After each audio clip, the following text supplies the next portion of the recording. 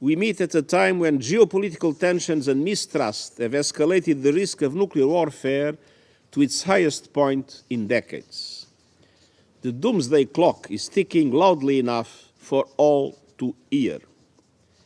From academics and civil society groups calling for an end to the nuclear madness, to Pope Francis, who calls the possession of nuclear arms immoral, to young people across the globe worried for their future, demanding change, to the Hibakusha, the brave survivors of Hiroshima and Nagasaki, among our greatest living examples of speaking truth to power, delivering their timeless message of peace.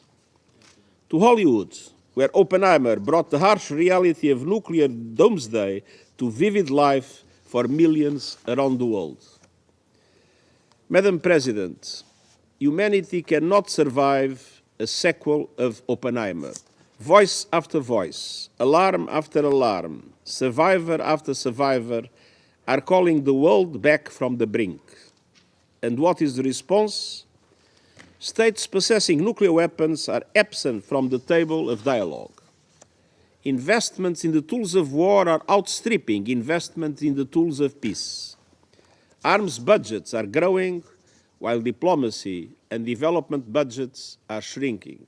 Emerging technologies, such as artificial intelligence and domains in cyber and outer space, have exposed new vulnerabilities and created new risks.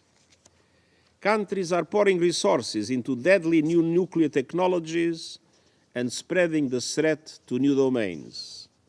And some statements have raised the prospect of unleashing nuclear hell, threats that we must all denounce with clarity and force.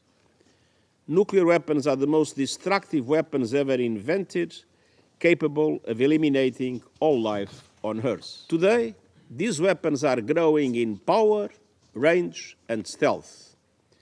An accidental launch is one mistake, one miscalculation, one rash act away. And ultimately, all of humanity will pay the price. A nuclear war must never be waged because a nuclear war can never be won. There is one path, and one path only, that will vanquish this senseless and suicidal shadow once and for all. We need disarmament now. I previously addressed the Security Council nearly 2.5 years ago, and so I did emphasize some of the things that have changed since last time. Last time there was 185 state signatories, now 187 out of a possible 196. This is near universal support. Last time 170 ratifications of the Comprehensive Nuclear Test Ban Treaty, the CTBT. Now 178. Public awareness is at a higher level, in part due to the Oppenheimer movie, but anxiety is probably at a much higher level too. Anxiety of states that they're concerned that some states may use a nuclear weapon. My responsibility is for the Comprehensive Nuclear Test Ban Treaty, and so we are looking at that step where a state would need to test a device if they were to establish a nuclear weapon capability. That is why this ban is so important, is it stops the spread of nuclear weapons to new states. It also limits the ability for states to develop different classes of weapons. And we also face an opportunity now to do something for the next generation. That there could be hope of a world without nuclear tests and a world without nuclear weapons.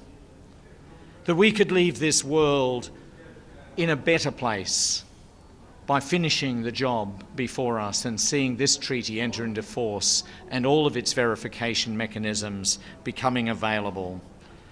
That all could sleep better at night.